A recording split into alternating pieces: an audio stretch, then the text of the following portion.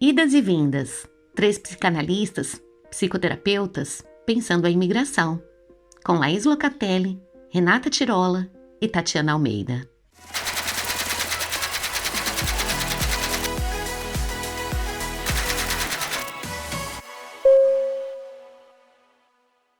Olá a todos, estamos trazendo hoje mais um Adeus e Olá, falando sobre imigração. Ao meu lado está Tatiana Almeida, Renata Tirola, eu, Laís Locatelli, hoje recebendo o nosso querido amigo e colega Leandro dos Santos. Estaremos compartilhando experiências analíticas com língua estrangeira, como é receber o estrangeiro, como é ser atendido por um estrangeiro e como nós funcionamos nesse ambiente da linguagem, né, com a nossa personalidade. Será que fica a mesma? Será que troca? O que muda? Sejam bem-vindos. Leandro, por favor, tenha o seu tempo, nos dê um oi, nos traga a sua experiência. Laís, Renata, Tatiana, primeiro de tudo queria agradecer a vocês, né? Eu acompanho de longe, claro, o trabalho de vocês, sou um cara de pau, me ofereci para participar e vocês aceitaram, agora vocês têm que arcar com as consequências, que é eu trazer o que eu penso aí, vamos ver se eu consigo acrescentar alguma coisa ao debate. Eu sou psicanalista, como a Laís disse, né? Eu trabalho formalmente até 20 de março na cidade de Santo André, em São Paulo, e também na cidade de São Paulo. E, claro, depois de 20 de março, o meu consultório é um consultório virtual, né, que não tem mais volta. Então, todos nós acabamos ganhando mais um consultório, algo absolutamente inesperado. Então, a minha ideia é trazer aqui as minhas reflexões sobre isso que a gente chama de atendimento virtual, psicanálise online. Eu não estou muito preocupado com esses termos, mas essa coisa mediada pelo computador, que é um caminho sem volta. E aí, o que acontece? A distância geográfica foi eliminada, não existe mais isso. Então, eu atendo um monte de gente em vários lugares do Brasil e atendo brasileiros que estão morando fora do Brasil e agora, recentemente, dois falantes da língua inglesa, dois norte-americanos, né, dois estadunidenses, afinal, o Canadá e o México também são América do Norte, dois estadunidenses que, enfim, eu estou levando o tratamento em inglês, eu tenho refletido sobre muitas coisas, e a minha proposta para hoje, para a gente debater aqui, é pensar em termos metapsicológicos alguns recortes para que a gente possa avançar para além do óbvio, porque às vezes eu acho que a gente chove um pouco no molhado, imigração, o imigrante tem saudade, se eu sou kleiniano, eu falo alguma coisa de mãe, a mãe, Brasil, leite do seio, se eu sou Lacan, eu pego alguma palavra, tá? Não, vamos tentar avançar um pouco e eu acho que eu vou conseguir. Quem tem me ensinado são meus pacientes, não é eu que os ensino, são eles que me ensinam e que eu pude refletir especialmente a partir de 2016, que eu comecei a empreender uma viagem anual, a cada ano eu faço uma viagem para alguns países, e, claro, óbvio, quando eu chego no país, eu acabo refletindo sobre o país, acabo conhecendo brasileiros que vivem por lá, enfim, convivo com alguns brasileiros que vivem, que lá vivem, né, que são imigrantes, então isso também me ajuda a pensar um pouco até o que é o Brasil, o que é ser brasileiro, né? No fundo, o divã nunca para, né? Então, eu gostaria de tentar trazer para vocês as minhas ideias, as minhas reflexões, e, claro, provocados por essas três mulheres que eu estou vendo aqui no vídeo. Muito obrigada, Leandro, pela oportunidade. Você veio como estrangeiro, né? Então, aqui no drama, você veio como estrangeiro, né? E nós recebemos e conhecemos e vamos conhecer um pouco mais, né, sobre você, sobre a sua experiência, e muito mais que isso, a gente encontrar um espaço para comunicação. Nós tivemos que negociar aí as diferenças de fuso horário, né? As diferenças geográficas, apesar que online, como você mesmo trouxe e ilustrou, existe esse encontro, existe essa possibilidade, né? Mas diferenças a gente teve que negociar para estar aqui nesse espaço de comunicação e se comunicar, né? E algumas questões, como você também trouxe, a questão da língua, né, que vai fazer parte dessa comunicação, também são negociadas, né? A caracterização, né? No trabalho analítico, existe uma descaracterização em algum momento, né, desse papel, e é onde você vai encontrar a origem, o sotaque, né, onde você vai encontrar as questões mais profundas, né, que a gente trata na clínica. E ali a gente se encontra também nesse espaço de comunicação, né? É bem interessante isso, e como você falou, a gente aprende com os pacientes. Primeiro, né, como analistas, nós tivemos que nos tratar, né? Nós tivemos que encontrar esse espaço para nós, para renunciarmos à experiência e estar sem desejo ali junto com o paciente, né? E não estar transferindo algo para o paciente. Né? E sim, o paciente poder fazer a transferência dele ali no set analítico, né? Sim, sim. Eu gostaria de começar voltando um pouco no tempo. Eu acho que é importante situar para quem está assistindo por que esse tema me captura tanto. A gente não faz nada de graça. Se eu vim atrás de vocês e eu fiz uma oferta, eu tenho algo a dizer e vocês aceitaram, é porque tem alguma coisa lá atrás. Então, eu já sou psicanalista há 25 anos. Para ser mais exato, no mês que vem eu completo 1/4 de século atrás de um divã. E aí eu comecei a notar que eu recebi um monte de migrantes, mas um monte. A pessoa começava a falar, tanto no consultório de Santo André quanto de São Paulo, e eu notava um sotaque. A gente pergunta, você mora em São Paulo, Santo André? De onde você é? Sou do Ceará, sou de Porto Alegre, sei lá, não importa. Comecei a notar e comecei a conversar com os colegas. Você recebe muito migrante? Não. Como migrante? Um sujeito que é de outro estado, veio morar aqui. Não. Aí comecei a pensar que é uma questão minha, deve ter alguma questão minha, sei lá, mal resolvida, né? Aí nos cafés dos psicanalistas, tomando cerveja, tomando café, tomando vinho, todo mundo tem um palpite. Não, porque você é de Santo André, você é um migrante em São Paulo, um monte de hipóteses que a gente nunca confirma. Até que um dia, uma paciente em específico, ela se mudou para a Irlanda e disse, Leandro, vamos fazer a sessão por Skype? Eu gostaria de continuar, a gente está já há bastante tempo, vamos continuar por Skype.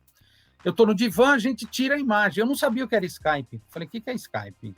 Mas eu tinha noção, mas eu não sabia o que era. Ela me explicou, tal, aí abri aqui no computador, baixei o aplicativo e começou a funcionar. E ela me mandava dinheiro pelo PayPal, que eu também não sabia o que era, enfim. E aí eu fui caminhando, aí de repente ela indicou uma amiga, aí quando eu vi, estava atendendo 3, 4 pessoas. Até que 20 de março, a gente teve essa tragédia chamada pandemia, e eu gostaria de trazer um sonho meu, que eu tive do dia 19 para o dia 20 de março. Chegou dia 15, 16 de março, já não me recordo, dia 17, não adianta, explodiu. O pessoal do consultório de São Paulo diz, Leandro, você não vai continuar presencialmente. E o outro, Leandro, a gente vai ter que parar. Eu falei, puta vida, vou ter que parar. Aí eu falei, o que eu faço? Imagina, você acha que as pessoas vão topar falar comigo via computador? Se ainda estivesse fora do país, eu até entenderia, mas o cara está em São Paulo, o cara está em Santo André. Aí tive um sonho à noite, eu gostaria de contar, que eu acho que ilustra bem. Existia uma coisa antigamente que eram os quartos contíguos no hotel. Eram quartos duplos, exatamente um do lado do outro, com uma porta no meio. Então, quando necessário, o hotel abria essa porta do meio, deixava a chave, geralmente ficava o casal de pais num quarto e as crianças no outro, com a porta do meio aberta, ficava um quartão grandão. E eu me vi no sonho num desses quartos, e o quarto não tinha cama, tinha um divã, tinha 2 poltronas, uma mesinha, lenço, relógio. Eu falei, nossa, mas está parecendo um consultório. Aí eu fui lá na porta do meio, abri, olhei, tinha o mesmo consultório lá dentro. Eu falei, mas outro divã idêntico, outras poltronas, né? Eu falei, puxa, mas 2 consultórios? Aí já no sonho, 2 consultórios, meus 2 consultórios, óbvio. Aí, claro, o sonho é sempre bizarro, sempre complexo, sempre deformado. Começou a sair gente do banheiro, não parava de sair gente. E o quarto foi enchendo de gente. Aí eu abri a porta de um dos quartos e comecei a empurrar essas pessoas para fora e disse, saiam, por favor, eu preciso trabalhar. Aí eu acordei. Quando eu acordei, eu tive a certeza, claro, que estava falando dos meus 2 consultórios e que eu não os teria mais. Né? Por exemplo, eu estou falando com vocês de um consultório, que é o consultório de Santo André. Ele não é mais um consultório. Não é mais um consultório. É um cenário, não é mais um consultório. Por quê? porque eu não sento mais naquela poltrona, tem um quadro encostado, eu fico jogando um monte de bugiganga, eu falo, coitada da minha poltrona, ela me acolheu tão bem, hoje tem um monte de livro, um monte de bugiganga, porque não é mais o consultório, como ela disse, é só um cenário. Aí eu falei, puxa, o que esse sonho está me dizendo? Querido, acorda que você vai ter que fazer alguma coisa. E aí, naquele dia, pela manhã, eu escrevi o famoso textão, adoro esses termos, né? O textão, e mandei para 100% dos meus pacientes, obviamente, para todos. 80% toparam, 80% tiveram a seguinte reação: ah, tá bom, Leandro, mantemos o mesmo horário? Como é que eu te pago? Você me dá os dados bancários? Tá bom. E aí fiquei surpreso, falei, puxa vida, e desde então eu não dou conta de atender, eu tenho uma lista de espera, isso nunca aconteceu comigo. Por quê? Porque aí gente de vários estados e cidades puderam fazer análise com analista nos grandes centros, São Paulo, Porto Alegre, Rio de Janeiro, Belo Horizonte, Salvador. Então eu não paro de supervisionar a gente, a receber novos pacientes, e a minha agenda, enfim, expandiu. E aí, daqueles 20% que não toparam, alguns voltaram, inclusive. Ah, Leandro, pensando bem, eu vou retornar, vai demorar isso daqui. Então, eu estou citando isso para vocês pelo seguinte: a Colette Soler falou uma coisa muito legal. Eu gostei muito do que ela falou. Ela falou assim: ô Colette Soler, o que você está achando da pandemia e da análise online? Eu imaginei que o interlocutor imaginava que ela fosse criticar, que isso não é análise, essas tolices. Sabe o que ela falou? Não, eu estou achando ótimo. Ah, como assim? Não, os analistas estavam muito acomodados, né? Estavam dormindo aí no consultório cheio, os pacientes vêm até eles, pagam, vão embora. Agora eles tiveram que se movimentar, tiveram que acordar do sono, né? O triste é saber que depois da pandemia eles podem voltar a dormir novamente. Então, que reflexão eu tive? Falei, poxa vida, é um preconceito meu contra uma possibilidade nova. Como eu sou neurótico, tudo que é novo eu tento disfarçar, mas eu resisto.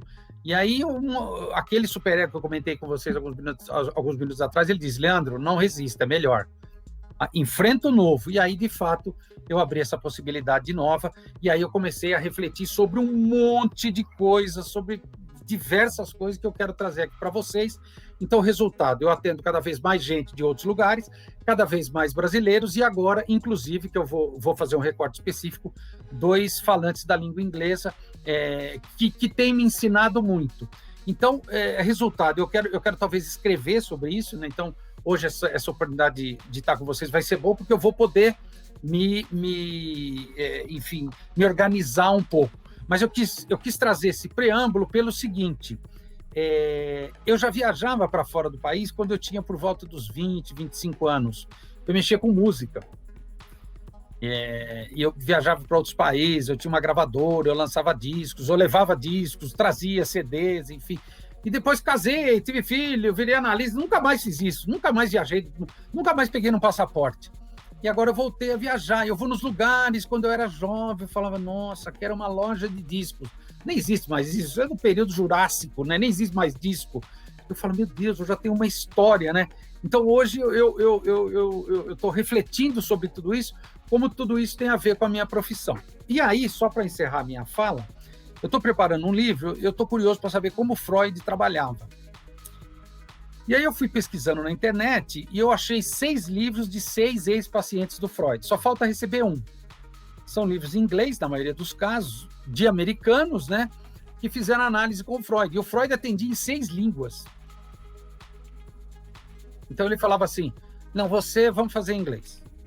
Aí o outro cara, judeu, não, vamos fazer em alemão. Seus pais são alemães, você sabe falar alemão, a sua sessão vai ser em alemão. Outro cara, o Freud arrastava espanhol, o Freud falava francês. Então, o resultado, eu falei, pô, o Freud era um cara muito genial. Então, como é que ele sacava isso? Como é que ele manejava isso?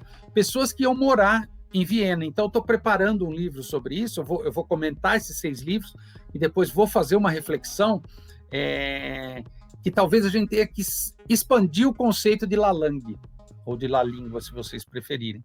O analista tem que ser um poliglota. Ele é um estrangeiro sempre, eu me dei conta disso. Nós aqui acho que somos todos, né, frutos dessa experiência multilinguística. E eu fiz muito tempo análise em espanhol, muitos anos, aquele velho formato de 4 vezes por semana, e às vezes eu ficava pensando, assim, saía alguma coisa e eu já tapava com outra coisa. Com o passar do tempo, olhando para trás, eu digo, mas será que eu cometia muito ato falho na linguagem? ou aquilo era erro de linguagem mesmo. Nós nunca sabemos o que é, mas alguma coisa que falha, né? O importante era isso, saber o que falha.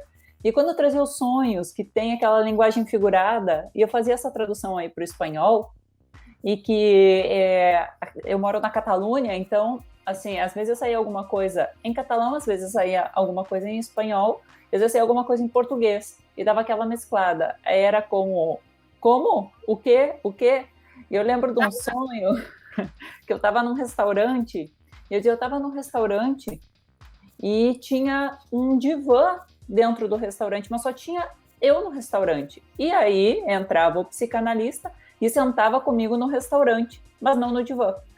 E aí eu trago para ele, né? E eu digo, é curioso, porque fora do restaurante estava um ex-namorado meu, e não faz sentido que ele estava lá, porque ele entrava e tentava entrar na conversa, e não tinha espaço. E ele disse, como era o nome do seu ex-namorado? Eu digo, o divã. Ou seja, o que é de fora que tenta entrar aqui no divã, que parecia ser a língua estrangeira, né? Alguma coisa de fora que está tentando penetrar, mas que não entrava, né? Essa era a disputa. Engraçadíssimo, mas esses trocadilhos que só acontecem nesses momentos. Porque quando a gente está na língua materna, a tendência é meio ir para o braço da mãe. E aqui a gente vai para os braços do mundo, tenho a sensação. Exatamente. Eu gostaria de propor um desafio para vocês, então. Como eu sou fã do Freud, né, eu vou falar que o Freud é um gênio umas 10 vezes durante a gravação. Então, a primeira agora. Freud era um gênio, ele tem um texto de 1915, Reflexões sobre o Tempo de Guerra e Paz, de Guerra e Morte, olha que ato fala interessante. E ele fala uma coisa num trechinho, eu gostaria de partir desse trechinho para iniciar as minhas reflexões, e aí a gente vai batendo bola. Vamos lá. Quando uma aldeia se transforma numa cidade, ou uma criança num homem, a aldeia e a criança ficam perdidas na cidade e no homem. Ou seja, tem uma aldeia dentro da gente, não importa a cidade onde a gente vive, e tem uma criança dentro do homem, que nós somos, homem, mulher, homem no sentido mais amplo da palavra. A criança é fácil, né? A gente fala, criança, tudo a ver com psicanálise, o infantil, né? Eu sempre brinco, Leandro, você atende criança? Eu sempre respondo, eu só atendo criança, não atendo nenhum adulto, né? Disso a gente sabe falar, mas isso que ele falou da aldeia e da cidade, a gente não sabe. A gente não sabe. Porque o que nós chamamos de Brasil é o que a gente aprendeu na escola, parará, né? A língua dos nossos pais, os ideais dos nossos pais, dos nossos avós, que a gente foi comprando por identificação, e chega uma hora que a gente tem que se haver com isso, geralmente no divã. E aí eu queria fazer um recorte muito específico. Se a aldeia está perdida para sempre dentro da cidade, e a criança está perdida para sempre dentro do homem, no caso do imigrante, que Brasil, que brasileiro, ou que eu, né, eu no sentido de ego, está perdido dentro dele e lá fora? Essa é uma reflexão. Por que você está fazendo essa reflexão, Leandro? Os brasileiros que eu atendo, inevitavelmente, eles falam do Brasil. Inevitavelmente. É uma questão de tempo, o sujeito vai falar do Brasil. Eu moro aqui em Tóquio, eu moro aqui, sei lá, Nova Zelândia. Então não, eu sou do ABC também, eu sou de São Paulo, minha mãe, meu pai, meu irmão, etc. Ele acaba falando do Brasil. Ok. Como eu estou trabalhando com dois falantes da língua inglesa, nascido num país da América Latina e foi muito novinho para os Estados Unidos, quase bebê. Então, ele é um americano, claro, foi escolarizado, enfim, na escola, é um americano. Mas é interessante, ele fala desse país de origem. E o outro, que é puramente americano, né, que nasceu nos Estados Unidos, em nenhum momento ele traz esse elemento. Em nenhum momento. Então, vocês podem pensar, poxa, Leandro, então talvez mudou só a moldura, o quadro é o mesmo, cada neurótico, no caso, da neurose, vai falar das suas questões em relação aos ideais, por exemplo, em relação às coisas que ele conseguiu, que ele não conseguiu, as frustrações, etc., o amor, o trabalho. Ok. Todos acabam falando disso. Certo? Mas esse confronto com o diferente, que mexe tanto com a neurose, eu acho que ativam fantasias muito primitivas nas pessoas. E aí, no caso desses pacientes norte-americanos, por coincidência, foram 4 pessoas, todos envolvidos com mulheres brasileiras, eu me pergunto o que a mulher brasileira causa neles, o que o Brasil causa neles. Porque o Brasil, enquanto geografia, enquanto aspecto objetivo, tá ok, você acha nos livros, na internet, mas a gente está falando de uma outra coisa, né? A gente está falando de um Brasil que vem pelo brasileiro, que vem pela maneira como o brasileiro fala, como o brasileiro faz laço, pelos ideais do brasileiro. Eu gostaria muito de calcar essa questão do ideal, pensando bem freudianamente, tanto o ideal do eu, quanto o eu ideal, né? Aquele eu que eu gostaria de ser, aquele eu que eu deveria ser, né? Eu acho que o imigrante passa muito por isso, muito. Então, atendendo esses dois, agora só dois no caso, dois estadunidenses que falam inglês e são, claro, se relacionam com mulheres brasileiras, são casados, têm filhos, etc. Eu vejo o quanto o Brasil mexe com eles. Vou dar um exemplo prático. A gente acha que o brasileiro vai morar fora e ele vai comparar a vida dele no Brasil e a vida lá fora. Natural que ele vai comparar, óbvio, é esperado. E aí, dependendo da sua posição subjetiva, você vai dizer, não, lá fora tudo é melhor. Tudo, 100%. E no Brasil, tudo zero, tudo uma porcaria. Ou você pode dizer o contrário também, não, tudo no Brasil é melhor que eu estou fazendo nessa terra, meu Deus, não vou nem conseguir aprender essa língua. Nada a ver, os caras não sabem nem o que é coxinha de frango ou catupiry, como é que eles sabem o que é viver? Meu Deus do céu, eles sabem o que é um cafezinho numa padaria, então eles nunca viveram. São visões de mundo, são hipóteses, né? Aí não tem pastel, um cara falou, Leandro, aqui não tem pastel do japonês, de feira, com vinagrete. Falei, eu não consigo conceber uma tortura maior que essa. Ele deu muita risada. Ou seja, neuroticamente a gente tende a estabelecer essa comparação. A gente supõe que o outro diferente, que o habitante nativo não vai fazer isso com a gente. E é óbvio que ele vai fazer também. Nós também somos diferentes para ele. Então, no caso desses dois pacientes, eu vejo que, por exemplo, eles estão muito envolvidos com o American Way of Life. E aí ele se envolve com uma mulher brasileira, casa, namora, outro caso, eles descobrem o Brazilian Way of Life. E aí eu comecei a me interrogar por que o brasileiro não valoriza isso que é dele. E aí eu chego num autor chamado Gessé de Souza. Não sei se vocês conhecem, é um autor bem crítico, foi presidente do INEP no governo Lula, e esse cara escreveu um livro chamado Elite do Atraso. Ele fala que uma das maneiras de você massacrar o colonizado é mandar uma mensagem indireta, sutil, não precisa ser direta, né? De que ele é inferior, de que ele é fraco, de tudo que ele faz é errado, de que é feio. Então, quando a gente pensa no jogo geopolítico, né, dos novos impérios, né, Estados Unidos, China, Europa, o eurocentrismo, a gente que está fora disso, a gente que está na periferia, né, a gente que está nos BRICS, por exemplo, aí, nos países em desenvolvimento, a gente tende sempre a achar que entrar nessa polaridade. Lá fora é melhor.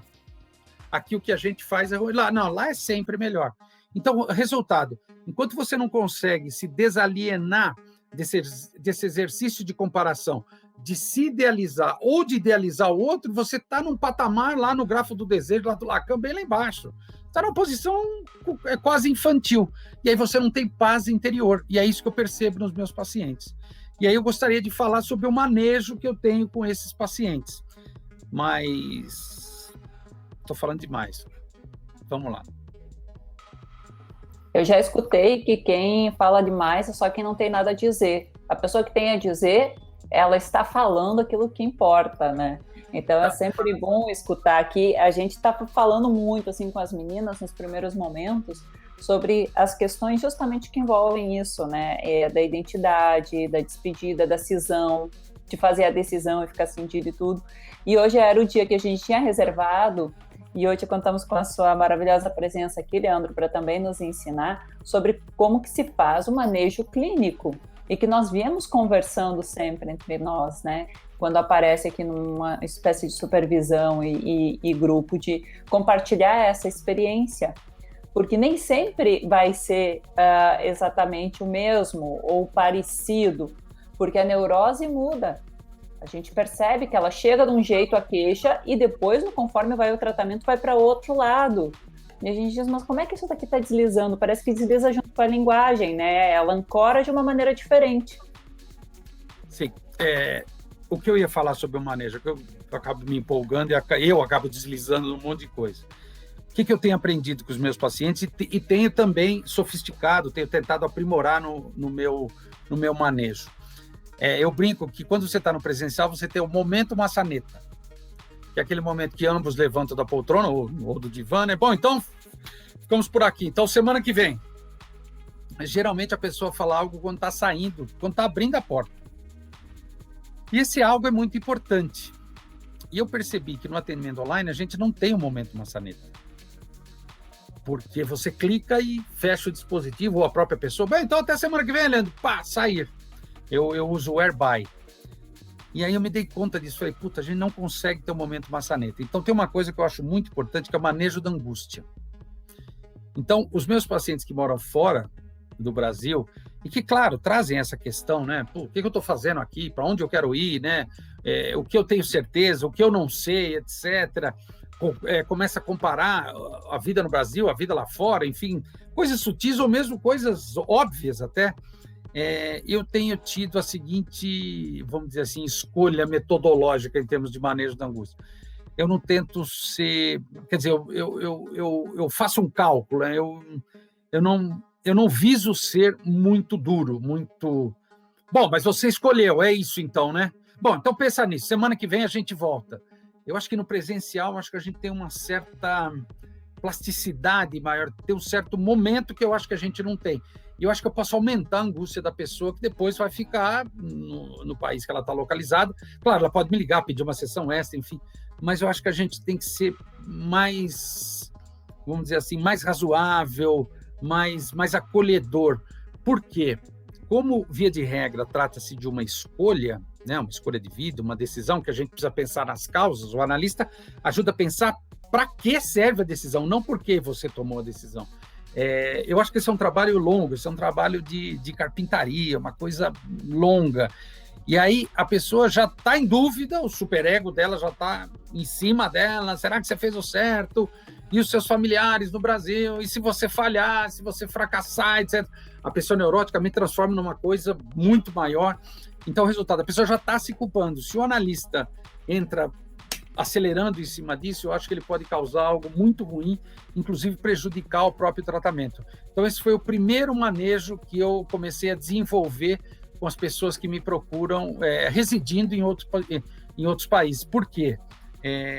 Eu acho que é muito duro, quando cai aquela ilusão de que eu vou morar em tal país, porque lá tem qualidade de vida, lá tudo é bom, lá tudo é perfeito, o Brasil é uma porcaria, chega de violência, e aí ele chega lá, não é isso, né? Nenhum país vai ser isso. Porque esse país que ele acredita que existe, não existe. É um ideal exacerbado, que simplesmente não existe. Isso não é só quem mora fora do país, pode ser São Paulo para quem vem de uma cidade pequena, por exemplo. Pode surpreender tanto negativa quanto positivamente. Então, o meu cuidado, a minha sutileza é ser bem acolhedor nesses momentos de desconstrução. Desconstrução desses ideais. Ou seja, lembra do que o Freud fala? A aldeia está dentro da cidade, só que ele não está nessa cidade aqui, ele está em outra cidade. Mas tem algo do Brasil, dessa aldeia dentro dele, lá fora, dentro dele, pulsando, borbulhando. Então, se a gente não tomar cuidado, a gente pode causar um efeito contrário, a pessoa se angustiar demais e não querer falar mais. Leandro, na sua fala, eu consegui fazer uma associação com uma obra que eu tive contato há pouco tempo e que traduziu bem a experiência do imigrante, que me fez refletir e pensar em algumas questões para além do que eu já vinha pensando da clínica, ou dos estudos, ou da análise, né? É do autor John Steiner, ele é da escola inglesa, né, de psicanálise, e ele traz o tema ilusão, desilusão e ironia na psicanálise. Então, todo o processo de ilusão e desilusão tem que se tomar o cuidado, né? Então, ele traz essa questão do cuidado, que é uma coisa que a gente já vivencia na clínica, em um processo onde a concretude, né, da migração não é tão grande quanto para quem sai de um país e vai para o outro. né? Pode estar saindo de um relacionamento indo para o outro, pode estar saindo, né, enfim, de um trabalho indo para o outro, está migrando, né? E esse cuidado que você trouxe com relação à verdade, né? Porque a verdade ela pode ser muito cruel, né? Então, a questão do cuidado, desse acolhimento com relação à verdade, né? Nesse processo de desilusão, ele traz até a metáfora do Jardim do Éden, né? Do Adão e Eva, ali quando caem do paraíso, enfim. E aí ele traz também a metáfora como inferno, né? Que não cuidado com essa verdade, que não cuidado com esse trabalho que deve ser feito, pode ser que a pessoa caia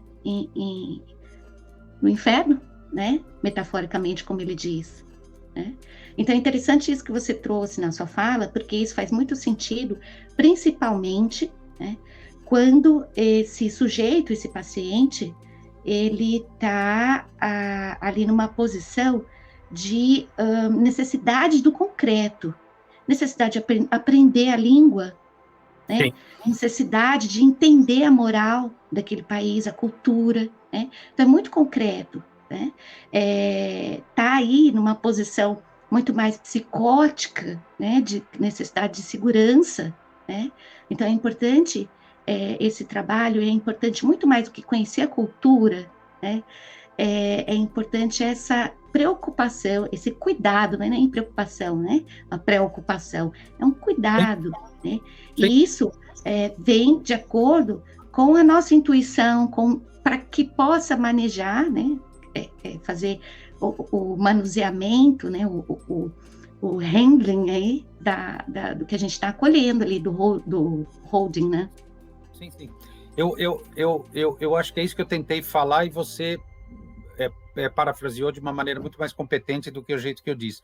Exatamente. E aí, com esses dois estadunidenses que falam inglês, eu me dei conta, eu já estou com eles há uns 6 meses, eu me dei conta, não é a qualidade da minha língua inglesa.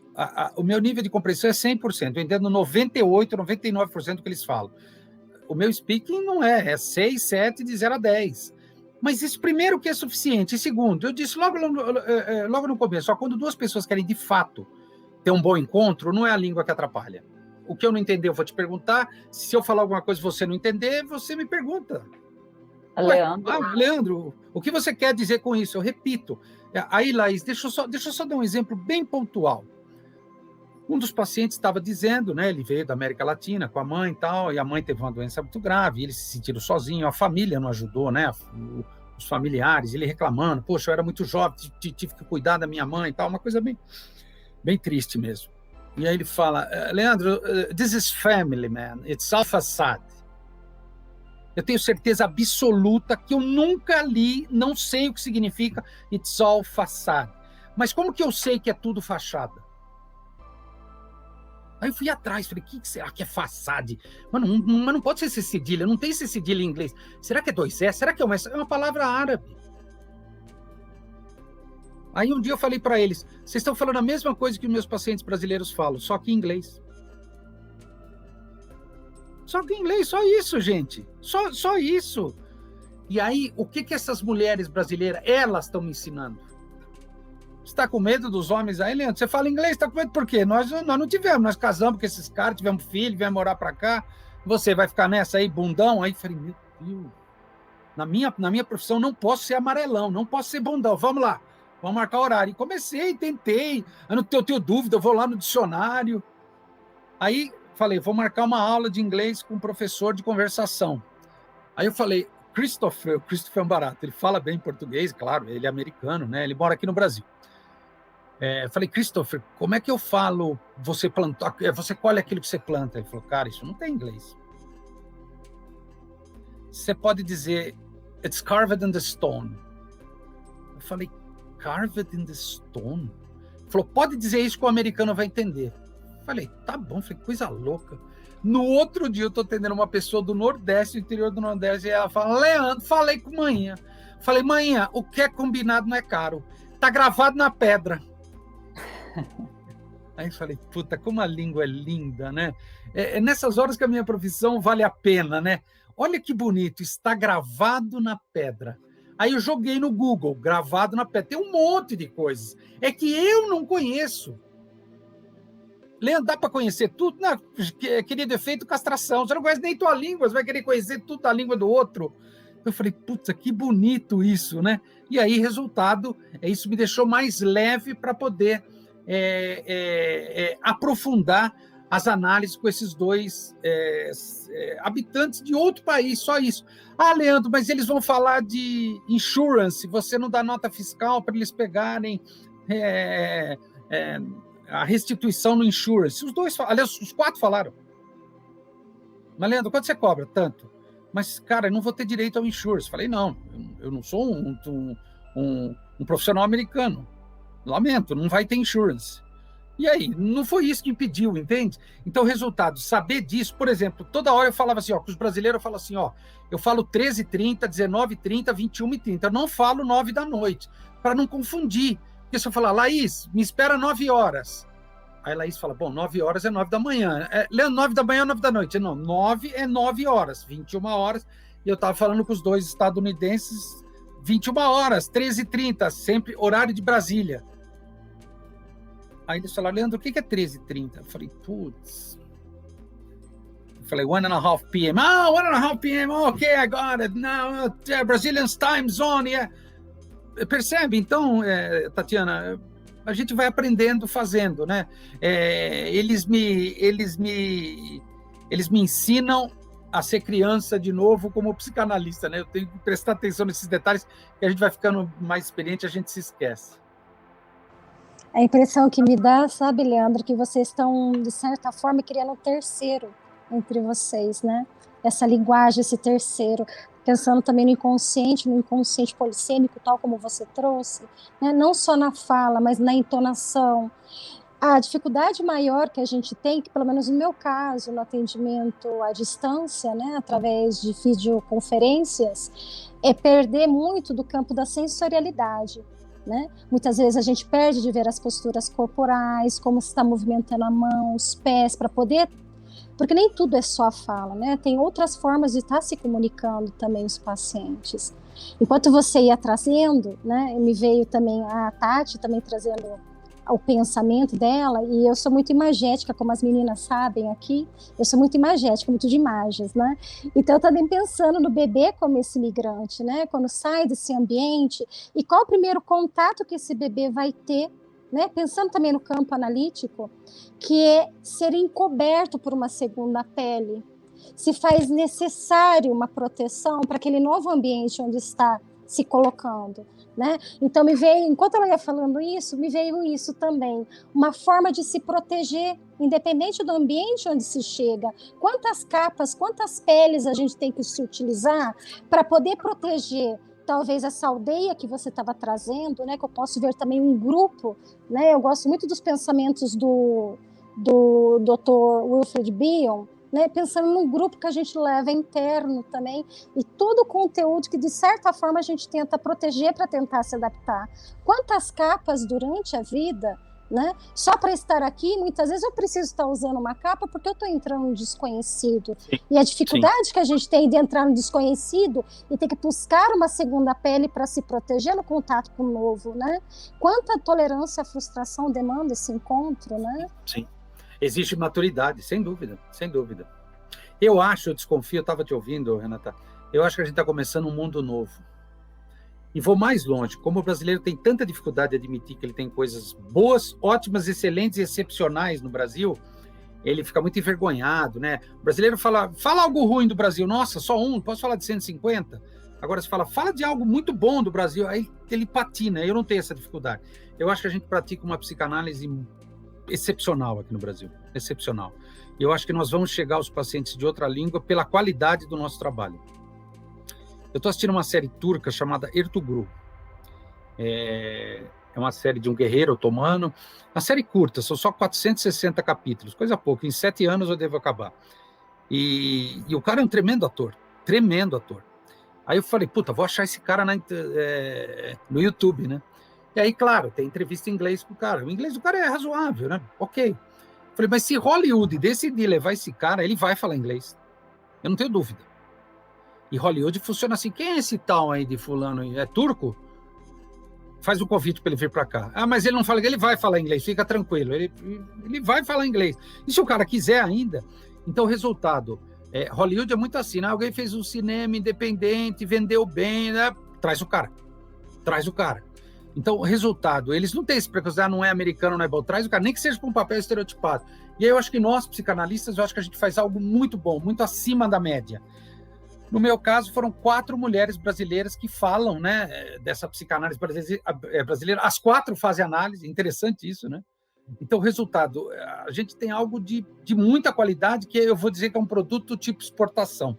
Então, eu acho que a tendência, daqui 10 anos, se vocês me encontrarem, eu vou estar atendendo mais um monte de gente. No meu caso, em língua inglesa, porque é o que eu consigo. Talvez eu precisaria estudar outra língua, mas eu não consigo. Por meu doutorado, eu estudei francês, mas eu não consigo falar francês, consigo ler. Mas eu vou mais longe. Eu acho que nós, analistas, nós temos uma sensibilidade para escuta, para línguas no sentido além da gramática, né? Então, por exemplo, a gente, aqui no Brasil, a gente não tem muita dificuldade para entender espanhol, né? Eu tenho, por exemplo, aqui a coleção do Freud em espanhol, eu uso direto. Às vezes é uma ou outra palavra que me escapa, eu vejo no dicionário, consigo me situar bem. Então, eu acho que a tendência é a gente aumentar. Aí, claro, evidente, cada um com a sua segunda língua, né? Que eu acho que vai ser uma língua de trabalho. Então, eu acho que a gente tem algo muito bom, eu acho que a gente deveria valorizar. Aí a gente entraria numa outra discussão. Eu acho que nós, brasileiros, não é só que a gente sabe sambar. Samba um pouco aí, não. A gente samba num monte de coisa. A gente samba na palavra, a gente samba no encontro, a gente samba no acolhimento. Nós também temos nossos defeitos. Nós somos um país violento, racista, misógino, homofóbico. Não vamos ser ingênuos. Mas nós temos uma coisa muito boa de favorecer um encontro com o outro, que eu acho que os estrangeiros que vierem fazer análise com o analista brasileiro, eles vão ter experiência que talvez eles nunca tiveram. E olha só, eu estava pensando também, assim como a Renata, junto com você, olha só para o nosso encontro, para aqui agora, o que está acontecendo. Nós estamos em países diferentes, já vivenciando modos diferentes, nós temos a cultura em comum, né, a origem em comum, mesmo país, né? Percebe-se que cada um tem suas preferências de linhas teóricas, mas aqui a gente está conversando sobre a mesma coisa, né? Então, aqui a gente está no mesmo espaço conversando, né? Isso é bastante interessante. Sim. Não, e talvez, Tatiana, não só interessante, isso é muito positivo, acho que a gente valoriza pouco isso, a gente tem essa abertura, eu acho isso bom, acho que a gente tem que valorizar, eu acho que para você ser psicanalista, você precisa deter essas qualidades, eu acho que nós temos aí no nosso modo de socialização, já desde criança, né? Nós somos brasileiros são diferentes. Como cereja do bolo, né, Leandro, você falando da experiência do acolhimento para quem está no estrangeiro, e da sensibilidade que precisa para isso, e do presencial como ele é mais duro. Quando eu estava fazendo aqui a minha análise, e aqui é uma linha freudiana, 4, 5 vezes por semana, ela é densa, né? Então está trabalhando ali, rascando as feridas e derrubando os ideais de uma forma bem intensa. E quando o meu pai começa a adoecer, e eu já começo a entrar no processo de luto, porque era uma doença sem marcha atrás, eu interrompo de certa maneira a minha análise, eu vou meio que arrastando, eu vou simplificando a coisa. Eu lembro que o meu analista, um dia eu chego depois de anos de tênis para fazer análise, e ele disse assim, a primeira vez em todos esses anos que eu tive de tênis, né? Aquele momento do algo mudou aqui, do algo eu preciso simplificar, eu preciso tirar alguma coisa de cima, eu preciso simplificar para dar conta, né? Aquilo estava evidente. Mas aí depois, quando eu vivencio todo o processo do meu pai, eu digo, agora eu preciso de outra coisa. E eu faço o quê? Volto para o Brasil, online, com um analista brasileiro, e a coisa é mais suave, de fato. Ela é mais acolhedora.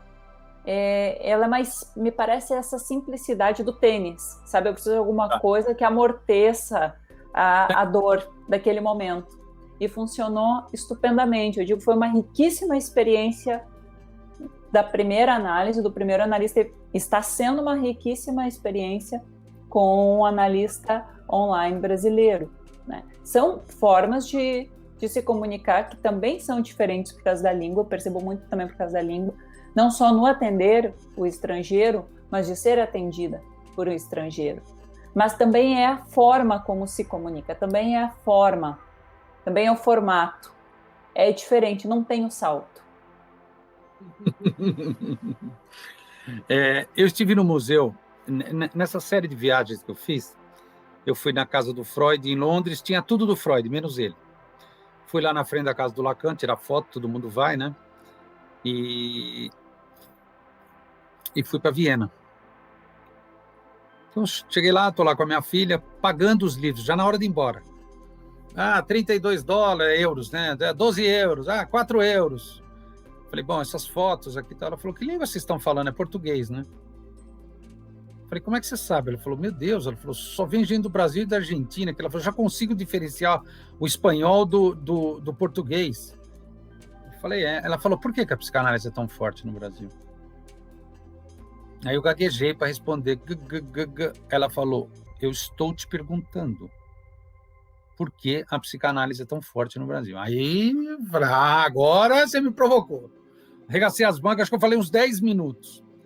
Falei, o brasileiro gosta da palavra, o brasileiro gosta do encontro, o brasileiro gosta de novidade, o brasileiro gosta do que é passional. Falei, foi um equívoco o Freud ter nascido em Viena, deveria ter nascido no México. Freud é Latin lover, né? Freud é uma coisa, uma força da natureza, né? E a língua alemã não favorece, né, a nossa passagem, né, do que é afeto para a palavra, né? Aí a moça falou, eu concordo com você. Ela falou, esse homem, ele era um gênio. Ele escrevia, ele queria que o homem médio de Viena entendesse o que ele fala.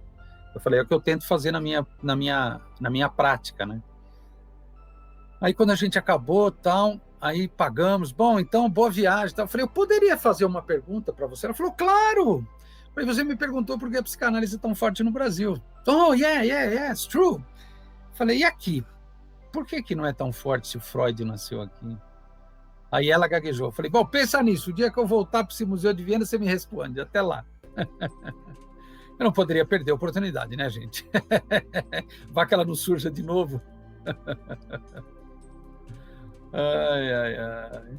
Nesse sentido, somos muito lacanianos, né? Sim. E Lacan é latino, né? Sim. Agora, é engraçado, né? Esse pessoal, que nem ela citou o Bion. Bion teve no Brasil várias vezes, né? Várias vezes nos anos 70, várias. E é interessante, ele falava algumas coisas sobre o Brasil. Eu acho engraçado não ter nenhuma entrevista gravada com ele, né, na TV ou algo do tipo. Ele poderia, esse cara foi um nome, né? E é engraçado, né? Ele valorizava, eu já li várias coisas dele valorizar essa coisa brasileira. E o cuidado que eu precisei tomar, que eu acho que também tem que ser endereçado a nós, o mesmo cuidado, que é ir para além dos estereótipos. Todo brasileiro dá 3 beijinhos, gosta de samba e futebol. Não, tem um monte de brasileiro que odeia futebol. Eu gosto de heavy metal, de rock, eu odeio samba. Não é verdade isso. E como é que a gente faz também para não estereotipar o outro? Quando eu comecei com esses dois pacientes dos Estados Unidos, eu fiz essa promessa a mim mesmo. Leandro, você se esforça para sair do estereótipo, né? Senão você não vai estar escutando verdadeiramente a pessoa. Você vai estar escutando os ecos dos seus preconceitos dentro de você, que é o que a gente usa quando a gente estereotipa aquele que é diferente da gente, para a gente não ter trabalho de compreender, de acessar o outro. Então, eu fiz essa promessa para mim mesmo e tenho conseguido cumprir. Eu acho que está sendo muito interessante ir para além do estereótipo, pensar no 1 a 1. Não que não tenha marcas do coletivo, óbvio que tem, gente. Mas, espera aí, para além disso, o que tem ali do singular, do particular de cada um? Sabe, Leandro, você falando agora, eu estou recordando um pouco os conflitos que eu tive aqui na Espanha, né? Porque eu fazia parte de um grupo de estudos aqui também, de outros psicanalistas aqui, o conflito que eles tinham em aceitar o trabalho online, né? O trabalho através de Skype, muitas questões, recusava, e quantos. E você falando do Bion agora, né? O Bion sempre ia para além, né? Sempre ia para além também. O que Freud, o que Bion, o que esses profissionais pensariam hoje? Quebrar o estabelecido, porque é uma quebra do estabelecido, né? Imagina, eu duvido que Freud, Bion, Lacan, Winnicott, Melanie, duvido que eles tivessem cabeça fechada para não querer conhecer essa coisa nova. Duvido, eu imagino que esses caras fariam com a internet. O problema é que ainda no meio, né, se encontra muitos profissionais ainda com essas resistências, né, grandes resistências de aceitar o novo. Foi um conflito muito grande que eu vivi, porque me senti atacada, porque eu trabalho faz tempo também, com online, né, com a maioria dos brasileiros que vivem fora, também brasileiros que estão no Brasil, e toda a dificuldade de trazer esse novo, essa abertura. E olha agora, né, de certa forma, está todo mundo apoiando, né, não teve como sair daí. Mudou, né? Engraçado, você falou que você só recebia em dinheiro. Nossa, mudou rápido sua posição, né? Agora você aceita Pix, gozado, né? Nossa, como você é flexível, né? Quer dizer, o cara teve que engolir, né? O que me salvou foi que eu fiz uma pergunta para mim, logo depois do sonho. Todos os pacientes toparam, eu falei, meu Deus, eu que sou um conservador desgraçado. Me fiz uma pergunta, Leandro, e se você fizesse análise? Eu já fiz 1000 anos de análise, enfim. Eu não faço análise nesse momento. Leandro, e se você fizesse análise? Gente, a resposta foi tão singela dentro de mim. Eu iria perguntar para ela, mantemos o mesmo horário? Eu ia querer falar. Por Skype, e daí? Por favor, vai logo, eu quero voltar a falar do que eu estava falando semana passada aí no seu consultório. Imagina, eu me recordo quando eu fazia análise. Fiz análise 2 e 3 vezes por semana, um tempão. Puta, foi muito bom para mim. Não via a hora de chegar na sessão. Eu iria falar, tá bom, não tá, gente, a gente tá no divã, resultado, vai lá e corta a imagem, pronto, o que eu quero é que você me escute, fica aí, vai, eu vou falar. Então, resultado, essas bobeiras, Renata, nós chamamos de ideais do psicanalista. A gente não pode esquecer que o superego, ele se alimenta dos ideais, então a gente inventa uma coisa na cabeça da gente, idealiza, o superego fala, pronto, já tá bom, já idealizou, já agora eu vou transformar em cobrança em cima de você, né? E aí, quando a performance do seu ego é sempre aquém, óbvio, porque é algo muito idealizado, vem a culpa demais leva à depressão. A gente tem que ter a cabeça aberta. Esses idealismos são confundidos com ética, né? Então, há muito tempo atrás, o quanto seria questionado o atendimento online se era ético.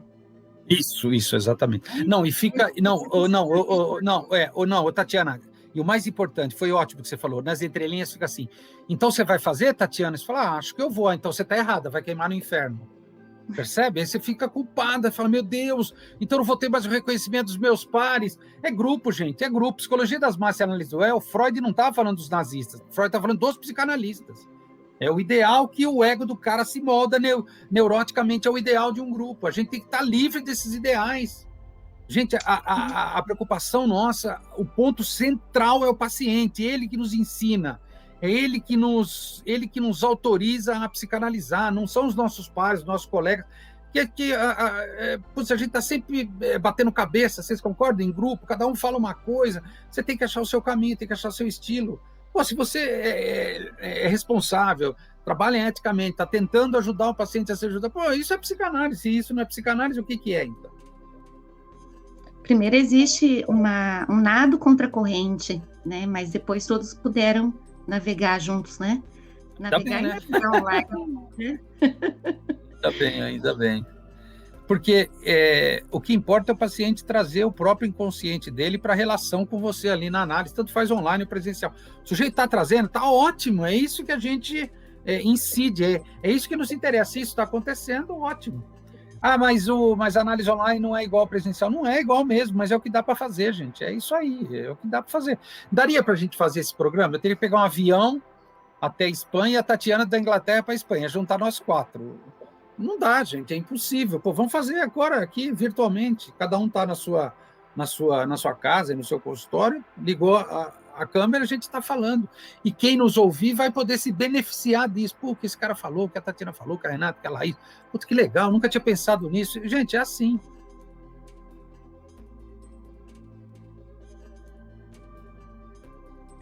Momento silêncio. A analista gosta disso. Sim.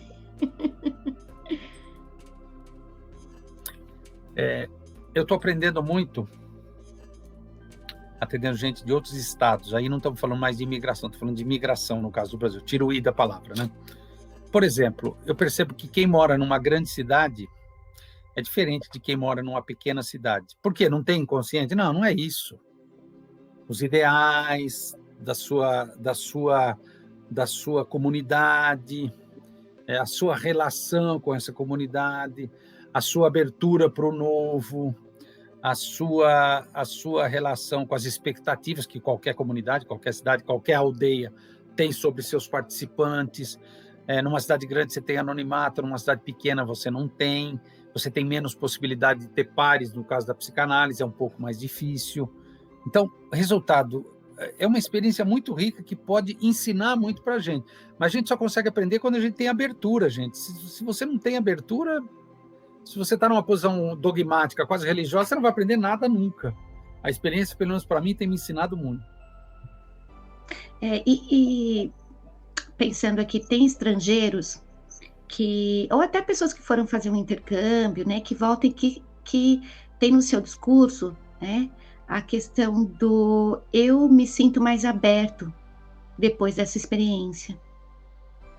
Uma experiência em que teve que tolerar, né? Então algo ali foi introjetado daquela experiência em que a pessoa agora ela está aberta para novas experiências. E é interessante isso que você está falando da aldeia e da cidade, né? O quanto de abertura eu tenho, quanto de espaço, quanto do vazio eu tenho para pensar, né? Tatiana, o processo analítico é um processo para, vamos dizer assim, expandir esse espaço para o novo dentro da gente. É uma experiência disruptiva, não pode ser uma experiência de acomodação, né? É verdade, é isso mesmo. Agora, fazendo análise, eu sei que é isso mesmo. Não, a análise é para aturdir um pouco a gente e pôr em xeque essa coisa que nos aliena, que é a soma das nossas identificações com inúmeros ideais durante a vida. Minha família, o meu sobrenome, né? Aqui no Brasil, especialmente de São Paulo para baixo, São Paulo, Paraná, Rio Grande do Sul, meu Deus do céu. O cara fala, porque eu sou italiano. Eles falam, mas você é italiano? Sou, minha bisavó veio de Trieste. Eu falei, mas sua bisavó? Minha bisavó. Aí ela teve meu avô aqui, a pessoa não se dá conta. Aí eles tiveram meus pais do interior, aí tal, e aí o cara acha que ele é italiano, né? Esse dia mesmo um paciente falou uma coisa, eu achei tão engraçado. Ele falou assim, pô, acho que a minha esposa tá grávida. Eu falei, que legal, parabéns, acho que tá, vamos ver, vamos fazer os exames e tal, né? Porque aí eu tô discutindo com ela, vamos morar na Europa? Aí ela falou, se eu tiver grávida, né, vamos, é melhor para criança, tal, né? Porque ele falou, porque você sabe, né, Leandro, eu sou cidadão europeu. Aí eu falei, mas esse cara nunca me falou isso, mas será que ele fala tão bem a língua portuguesa? Eu caí nessa. Aí depois de um tempo eu entendi, o cara é bisneto de italiano, foi atrás da cidadania, aquelas coisas, então vai na cidade interior onde morreu seu avô, pega o certidão de óbito dele, e o cara, resumindo, tem um passaporte europeu. Mas ele falou, eu sou cidadão europeu. Eu falei, o que ele quer dizer com isso? Então, quer dizer, a desalienação frente a isso é parte da análise, isso nos torna mais leve. O lugar que a gente coloca o outro, como que a gente vê o outro. Por exemplo, em Hamburgo, vou dar um exemplo, em Hamburgo, minha última viagem para a Alemanha, eu fiz algumas cidades na Alemanha, e quando eu cheguei em Hamburgo, era um novo hotel. Quando eu estava entrando com as malas, peguei os passaportes e fui pegar o voucher, aí o cara olhou e falou, oi, tudo bem? Eu falei, você fala português? E o cara falou inglês, não, I don't. Eu falei, mas como você aprendeu? Ele falou, many Brazilians come here to this hotel. Aí eu pensei, eu falei, meu Deus, o brasileiro chega num hotel em Hamburgo e fala, oi, tudo bem. O cara chegou a aprender, tudo bem, vamos lá, então, quarto tal, o que vocês vão fazer em Hamburgo? Tem um restaurante português na rua de trás, por que vocês não vão lá? Vocês falam português, deve ser a mesma comida, vai lá, todo mundo vai lá. Onde que é? Aí fomos andando, chega lá, tem uma placa, Vasco da Gama. Falei, cheguei, né? Cheguei. Já chegamos falando português. Olá, bom dia, olá, brasileiros, por favor, sente-se cá. Blá, blá, blá. Aí veio o garçom, um cara modesto, né? Eu falei, e aqui vem muita gente que fala português, né? Ou só pessoas de Portugal? Olha a resposta do cara. Vem muita gente das colônias. Aí eu tomei a decisão mais sábia do mundo, fiquei em silêncio. Falei, sei, entendi. Vocês têm vinho branco? Tá, eu gostaria de... Vocês percebem? O lugar que a gente coloca o outro é um ponto de referência. A neurose é isso, que lugar que você põe o outro, você se relaciona com esse ponto de referência. Esse rapaz falou isso sério, vem muita gente das colônias. É impossível você ter uma conversação razoável com quem inicia com essa premissa, né? Ah, você fala português também? Falo, mas você é de Portugal? Não, então você é da colônia. De que colônia que é? Então, resultado, quando a gente consegue se separar disso, Tatiana, putz, aí a gente consegue pensar até nossas origens, evidentemente, né? Se for o caso, né? De uma maneira mais leve, de uma maneira mais interessante. Todos temos curiosidade sobre nossas origens, né? Precisa ver se migrar não é uma maneira também de buscar, aí vai de caso a caso, né? Cada um. Porque aí também pode migrar e não sair do lugar. Não sair do lugar de colônia, né? Permanecer nisso. Não sair do lugar de que é possível amadurecer emocionalmente, de que é possível desenvolver intelectualmente, de que é possível desenvolver com relação ao trabalho. Porque é o lugar que nos colocaram, né? O trabalho, eu acho que você está falando uma coisa muito importante. Lust and Arbeiten, lembra da frase do Freud? Amar e trabalhar. A gente fala muito do amor, o imigrante, a família, mas a gente fala pouco do trabalho. Eu acho que o trabalho é algo que pega. O sujeito é um no Brasil trabalhando, parece que quando chega lá, parece que desceu no aeroporto, vira outra pessoa com relação ao trabalho, a realização, a coisa em si. Eu acho que essa é uma questão importante. Meus pacientes falam muito disso. A questão do subtrabalho também, né? O quanto é valorizada a questão. Porque uma coisa talvez é atender como psicanalista brasileiro, desde o Brasil, que você busca esse referencial de algo, né, diferente lá, ou o que acontece quando alguém vem procurar um analista brasileiro em outro país, nesses países, nos países daqui que eram os colonizadores. Isso também tem uma certa modificação, né, das pessoas que chegam. Eu, por exemplo, recebo bastante paciente brasileiro porque eles dizem que não tem o desejo de fazer análise com os analistas daqui por sentir isso. E eu me recordo uma vez que um português disse para mim assim, eu morei 2 anos em Portugal e essa pequena pinçada que você dá permeia muito o país. E ele me disse assim, o sonho de toda brasileira, de todo colonizado, é casar com um colonizador e ascender socialmente, né? E naquele momento eu fiquei surpresa, assim, porque a priori eu estava ali de igual para igual, estava estudando, não estava no subtrabalho, ou seja, não havia nada que caracterizasse a estrutura da vida como algo colonizado, mas que mesmo assim havia essa questão que estava atravessada, ainda fazia esse atravessamento. E um tempo depois ele disse assim, você está estudando psicanálise, tiveste um bom mestre, porque ele era psicanalista, a gente conversava de vez em quando, ele dizia assim, você fez psicanálise por minha causa. Eu digo, aqui continuamos então com a questão do colonialismo, né? Como se você estivesse colonizando a minha cabeça, é muito curioso. Na verdade, o que ele fala, o sonho da mulher colonizada é casar com o colonizador, esse sonho é dele, né? Tem nada a ver com você, né? Aí a gente responde com o clássico, fale um pouco mais disso, que interessante, me fala um pouco mais. Ô, Laís, eu falei isso para o meu professor de inglês que mora aqui em São Paulo. Eu falei, o Christopher, aqui eu sou uma autoridade, eu sei que eu sou um nome aqui, não sou bobo.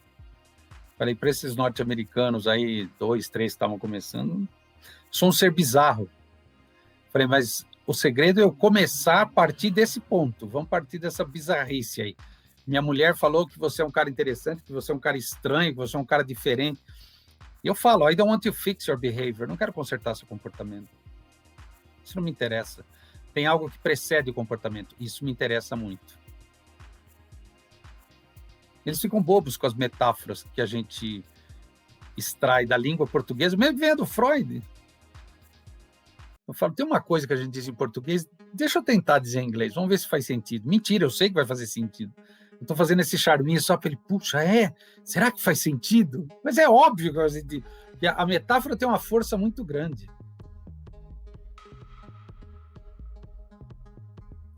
Vocês conhecem a família Gracie?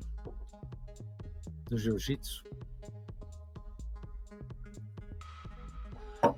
Que lugar que você vai que não tem um centro de jiu-jitsu com o nome Gracie na porta?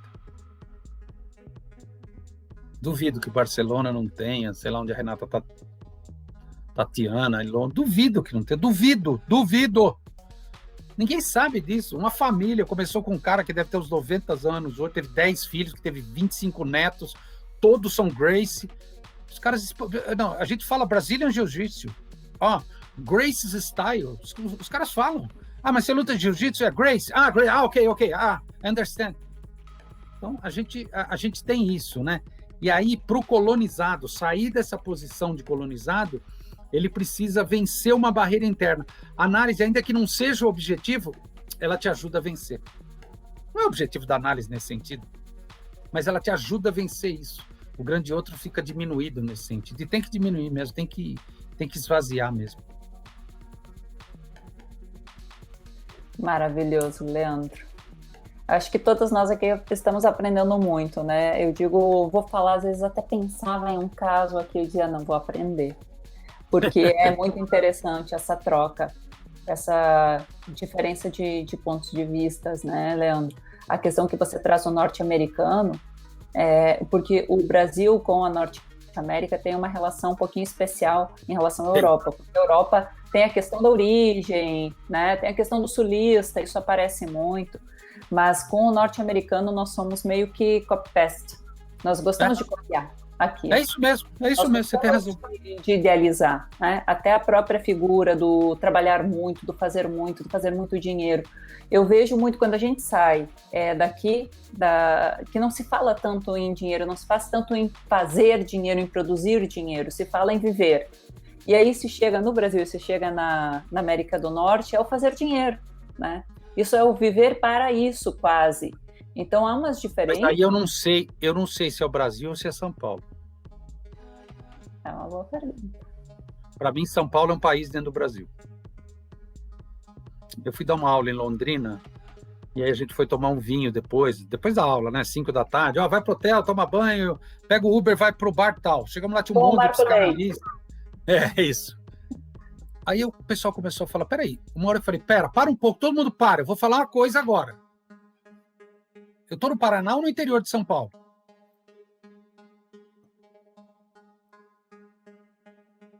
Fizeram essa cara que vocês estão fazendo aí. Essa cara que vocês estão fazendo. Como assim? Eu falei, eu tô me sentindo em Ribeirão Preto. Eu falei, vocês não têm sotaque de paranaense, leite quente, dói no dente. Vocês só falam de coisa que a gente fala em São Paulo. Não, porque o prédio tem mais segurança. Meu Deus, e não tinha só psicanalista. Aí uma moça falou, nossa, é verdade. Aí eu falei, por que tem expressão norte do Paraná e a gente não fala sul do Paraná? Me expliquem isso, por favor. Norte do Paraná é do lado de São Paulo. Não tem sul do Paraná. Você fala, aquela cidade no sul do Paraná. Você não fala isso. Você fala, é norte do Paraná. Não é bem Paraná, é norte. Entendi, norte do Paraná. Então, Laís, eu iria falar mais umas 3 horas sobre São Paulo. E aí eu acho que a psicanálise, ela tem a ver com esses grandes centros. Olha que interessante, olha o que está atrás de você lá, Laís. Eu já estou ficando meio cego, 55 anos de óculos, mas dá para ver que é algo do Dalí e o Freud, não é? Não é? Sim. Dalí, você está onde? Eu estou em Barcelona, estou na Catalunha. Dalí. Freud, você quase não gosta do Freud. Se juntos, não é de graça que essa foto está atrás de você. Você percebe? Real, né? Então, a grande cidade, aquela frase do Freud lá, a cidade, mas tem uma aldeia. Ou seja, então, eu atendo lá em Santo André e São Paulo. É 20 quilômetros. Santo André é uma cidade grande, óbvio, é a periferia, né? É o grande ABC, mas não é a cidade de São Paulo. Isso é totalmente diferente. Eu falo, meu Deus, mas será que é coisa da minha cabeça? Deve ser besteira da minha cabeça. Aí os conservadores, como a Renata falou, a Tatiana fala, Leandro, para de falar besteira, você vem com esse papo furado de cidade. Mas não é, para mim isso pega muito, porque eu percebo que o sujeito que trabalha em São Paulo, mora em Santo André, vem fazer análise comigo à noite, porque mora em Santo André, ele tem uma outra cabeça de quem nasceu em Santo André e permaneceu em Santo André. Eu tenho um livro de uma moça que fez supervisão com Lacan, acho que uns 15 anos, Elizabeth Geblesco. E aí ela sofria, pegava o trem, vinha do interior da França, dormia no trem, chegava de madrugada, aí ficava tomando café no bar, até o Lacan abriu o consultório às 7 horas. O Lacan falou, mas de onde você está vindo? Estou vindo de uma cidadezinha lá perto de, sei lá, da onde, da França, quase na Espanha. Mas quantas horas são de viagem? Não, são 7 horas de trem. O Lacan falou, não, vamos fazer uma coisa? Me manda uma carta e o valor da supervisão dentro da carta. Mas ela falou, como assim? Eu falei, tudo que você vai me falar, me fala numa carta e põe o valor da supervisão. Ela falou que não demorava 2 dias, o Lacan mandava uma carta maior, muito maior do que a dela, com a supervisão. Ela fez supervisão com ele 15 anos. Imagina o que o Lacan faria com a internet. Foi o Lacan que contou isso. Como é que vocês três souberam? Vocês três souberam porque eu estou falando para você. Foi o Lacan que falou isso? Olha como eu sou criativo. Foi ela. Foi ela. Nesses livros que eu estou lendo do Freud, eu descobri de onde que vem a sessão de 50 minutos. Que a gente sempre quer saber e não acha, né? Foi um psiquiatra americano, na verdade, judeu, né? Filho de alemães, que imigrou por causa do nazismo, etc. Ele vai com 3 amigos, não, mas 2 amigos, eles vão em 3 psiquiatras.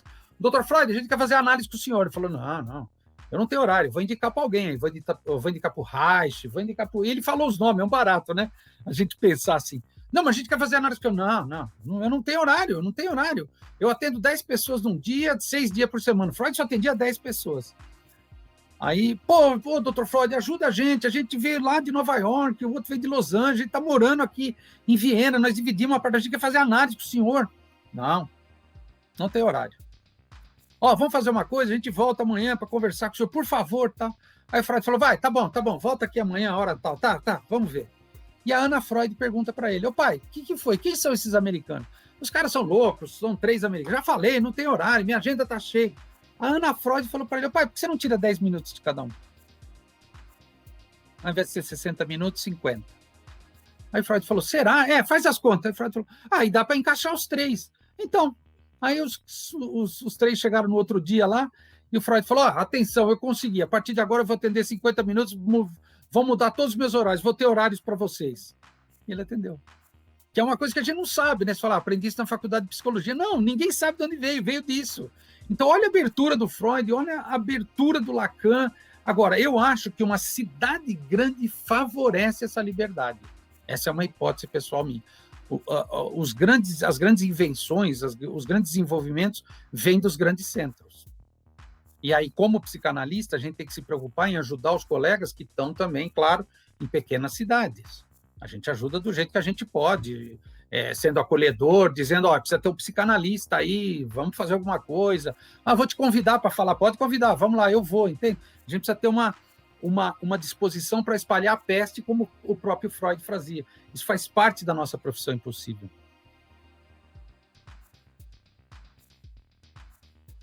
Maravilhoso, Leandro. Já estamos aqui a 1h10, passa voando, né? Que nem quando a gente vai de um lado para o outro. Eu estou arrumando as malas para ir para o Brasil na segunda, agora vai um pouco mais devagar, porque tem menos voo, então a gente está se movimentando menos. Mas, por outro lado, a gente está se movimentando muito mais, porque está fazendo esses encontros aqui que antes não havia. Apesar de termos toda a tecnologia, né? Mas não havia por alguma razão. Então, ali. Mas não, precisa ter a disposição do psicanalista para realizar. Vocês têm disposição, vocês têm vontade, precisa ter vontade para fazer, e aí vamos fazer, vamos fazer, vamos ver o que dá. Vai ser bom, não sei, vai ser ruim, não sei, vamos fazer, depois a gente vê. E vocês estão vendo, está sendo bom, eu parabenizo o trabalho de vocês. Agora vocês têm que tentar manter isso numa série, né? Manter uma ordem, manter um linear aí, que eu acho que é importante isso. É um tema muito importante, é inesgotável esse tema, né? Inesgotável.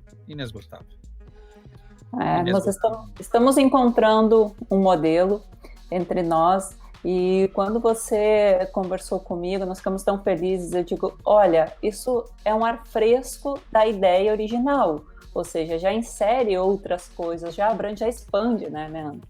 Importantíssimo isso. Uma vez eu vi um cara bem religioso, bem fanático religioso na TV, falar uma coisa interessante. Irmãos, onde o sal não salga... Eu falei, onde o sal não salga? Eu falei, qualquer lugar que você põe sal, salga. Aí ele falou, no saleiro, irmãos, porque o sal já está lá. Aí eu falei, é verdade. Ele falou, então, o sal tem que ser diferente onde ele está entrando. Aí ele vai salgar. Aí, quer dizer, eu fui o sal aqui com vocês, né? Eu fui algo diferente que mudou o tempero. Precisa ter alguém diferente também, precisa ter uma outra voz, né? Eu agradeço a oportunidade por vocês três terem me dado essa voz. Leandra, a gente que fica totalmente agradecida. Aprendi muita coisa hoje aqui. Foi muito agradável o encontro de aprendizado. Então, salgou. Aqui a gente está totalmente fora, né, Du? Salgou. Eu agradeço. Várias reflexões aqui, várias associações aqui nesse encontro. Obrigado, Tatiana. Obrigado. Essa é a ideia, né? Eu também, a partir do que vocês falaram, pensei em muitas coisas. A gente sai melhor depois disso, vale a pena. Tem que bagunçar um pouco as nossas ideias. É bom bagunçar. Gratidão. Na próxima mistura, vamos em busca de uma pimenta. Sempre com algo novo, né? Na fórmula, que é para mudar o sabor. Gente, deixo um abraço grande para vocês. Vou voltar aqui para os meus preparativos e andamento dos pacientes que eu estou adiantando e sobre a medida no final de semana para dar conta de poder virar passarinho. Tá legal. Boa sorte para todos vocês. Até mais. Abraço. Obrigada. Boa sorte para todos vocês. Obrigada.